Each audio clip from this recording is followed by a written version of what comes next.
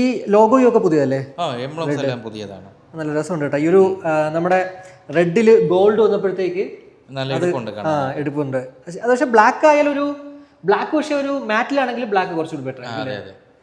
Okay. അപ്പോൾ ഇനി അടുത്തത് പ്ലേറ്റിങ്ങിന് വന്നിട്ട് 8300 സംതിങ്. 8300 നമുക്ക് വീലും കാര്യങ്ങളൊന്നുമില്ല. അതെ, അലോയ്സ് ആണ്. പിന്നെ നമുക്ക് സൈലൻസർ ബെൻഡ് വൈപ്പും ഇല്ല.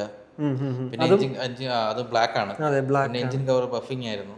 Okay okay. ഈ ഒരു ബെൻ പൈപ്പിന്റെ മുകളിലിട്ടേക്കുന്ന അത് ഗാർഡ് ഓൾറെഡി ഇതിലുണ്ടായിരുന്നു. അപ്പോൾ അത് വെക്കണമെന്ന് അവർ പറഞ്ഞു. ഓക്കെ. അത് പെയിന്റ് അടിച്ചല്ലേ? പെയിന്റ് ചെയ്തിട്ട് വെച്ചതാണ്. Okay okay. അപ്പോൾ പ്ലേറ്റിങ്ങിന് ഇപ്പോൾ എല്ലാം കൂടി 8300 സംതിങ്. പ്ലേറ്റിങ്ങും ബഫിംഗും എല്ലാം കൂടി. ഓക്കെ, അത്രേ ആയിട്ടുള്ളൂ. പിന്നെ പെയിന്റിങ് 14000 രൂപ. 14000. നമ്മുടെ സ്ഥിരം കൊടുക്കുന്ന ആൾ തന്നെയാണ് ഇത് ചെയ്തേക്കുന്നത്. പക്ഷെ നല്ല രസമുണ്ട് ഇതും കാണാനായിട്ട്.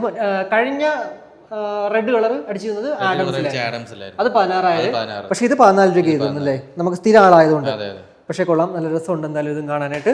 കൂടാതെ ലേബർ എന്ന് പറയുമ്പോഴത്തേക്ക് ഇതിൽ 10000 രൂപ. 10000. വേറെ എഞ്ചിൻ പണിയൊന്നും ഇല്ല. എഞ്ചിൻ പണിയൊന്നുമില്ല. അപ്പൊ ഇത് വണ്ടി ഓടിച്ചോണ്ടാണോ വന്നത്? വണ്ടി ഓടിച്ചോണ്ട് തന്നെയാണ് വന്നത്. തിരിച്ചും അങ്ങനെ ആയിരിക്കും പോകുന്നത്. ഓടിച്ചോണ്ട് തന്നെയായിരിക്കും പോകുന്നത്. പിന്നെ സെൽഫിന്റെ വീലൊക്കെ കംപ്ലൈന്റ് ആയിരുന്നു. അതിന് തന്നെ 4700 രൂപ വിലയുണ്ട്. Okay okay. സെൽഫ് കംപ്ലൈന്റ് ആയിരുന്നു. അതൊക്കെ മാറിയിട്ടുണ്ട്.